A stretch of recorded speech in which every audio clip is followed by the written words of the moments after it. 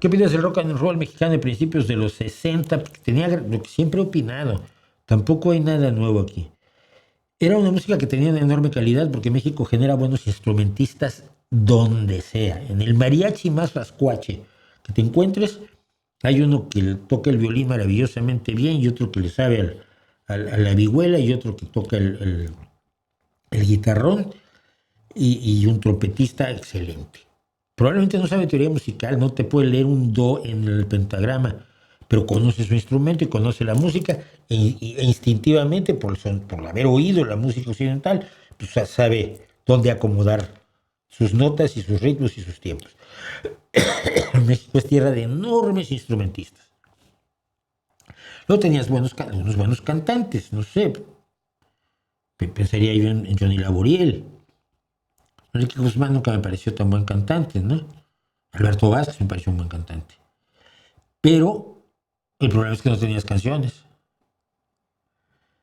El rock de los 60, que fue generado por Televicentro en aquel entonces, Telesistema Mexicano S.A., tenía por objeto vender disquitos, no hacer rock. Se buscaban chavales que querían hacer rock, entonces les decían, pues mira, vas a cantar esto. Y esto era canciones que se traían de Estados Unidos y cuyas letras se inventaba Julissa del Llano. Concretamente ella fue la principal perpetradora de los peores horrores musicales del rock de principios de los 60. Popotitos. Ahí viene la plaga. Good Golly Miss Molly era originalmente de Little Richard, que era un rock sin sentido, música boba, letras bobas, letras blanducas, letras sin ninguna garra, algunas que sí venían con garra de Estados Unidos, que hablaban por lo menos de cierta rebeldía juvenil, pero que aquí en México fueron castradas, desangeladas y convertidas en las letras que cantaban los rebeldes del rock y los locos del ritmo, y etcétera. Estamos hablando de principios de los 60, ¿ok? Entonces, y ahí es donde se da cuenta Televicentro que puede hacer algo, el sistema mexicano, que puede hacer algo mucho mejor, que es deshacerse de los grupos, porque los cantantes son los que venden, y entonces cada cantante va dejando sus grupos, y entonces tienes esta hornada de insoportables que copiaban en los Estados Unidos, pero de niveles ridículos. César Costa usaba los mismos suéteres que Paul Anka, por ejemplo, se creía el Paul Anka mexicano. Entonces le decían el Paul Anka mexicano en las revistas que publicaba Televisa o Telesistema Mexicano en aquel entonces. Eso, digo, tenía calidad musical, pero no tenía calidad letrística ni tenía ningún sentido. Lo que surge en el underground, en esos mismos momentos, pero lejos de la televisión y siempre con muchas sospechas por parte de la televisión, es lo que viene a tener cierta calidad. Tijuana 5, Duk Duk. Tijuana 5 es el de Javier Batis, que es gente que quiere hacer rock aunque no triunfe, o que quiere triunfar haciendo el rock que quiere. Los músicos en general se dividen en dos grandes categorías, y los artistas se dividen en dos grandes categorías. Los que quieren triunfar a toda costa, tienes que cantar esto, bailar esto y quitarte la ropa. Sí, cómo no, pero voy a triunfar, sí, vas a triunfar. Bueno, entonces hago lo que me ordenen. Y los que quieren triunfar haciendo lo que les gusta a ellos, los que hacen arte. Entonces, porque todos quieren triunfar, nadie se mete a la música o a la literatura o a la pintura para fracasar. El punto de vista es cuál es tu enfoque. Si tu enfoque es yo quiero ser cantante y triunfar cantando, pero me importa un pito lo que cante, que es lo que México produjo en grandes cantidades y el pop produce en cantidades absolutamente industriales actualmente, ¿no? Y la gente que dice, oye, yo tengo una propuesta musical con la que quiero triunfar, o artística, o pictórica, o literaria, y me gustaría ver si tengo éxito con esto. Igual no lo tienes, pero al menos hiciste lo que querías. Y el rock mexicano empezó a surgir ese movimiento así, que tenía mucha más validez que aquel que, digamos, había sido el rock and roll. ¿Sí? Rock and roll absolutamente domesticado. Los hermanos Carrión, los recuerdo, por Dios, eran horrorosos. No me acuerdo cuál era la canción en inglés, pero que en español se llamó Pan con mermelada, nada, nada y un poco de amor. Son letras con para echarse a llorar.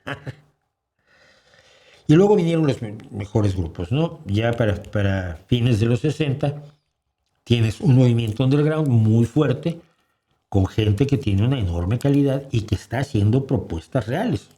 Dog Slow Army, Tijuana 5, creo que ya Toncho Pilatos ya existía, ¿no? El Tri Souls in My Mind, no el Tri de Lora, y demás. Pero la opinión que tengo siempre es que fue muy triste esa imitación estadounidense baratona que hizo pedazos las letras, pedazos todas las letras. Y todas eran, o muchas de ellas al menos, eran de Julissa, que también cantaba. ¿Qué bandas prefiere, The Yardbirds o The Who? The Who. The Yardbirds es un momento muy concreto, muy reducido, muy escaso, con poco trabajo, porque de los Yardbirds sale Jimmy Page para hacer Led Zeppelin. Pero The Who tiene un recorrido mucho más largo, ¿no? Me gusta mucho The Who.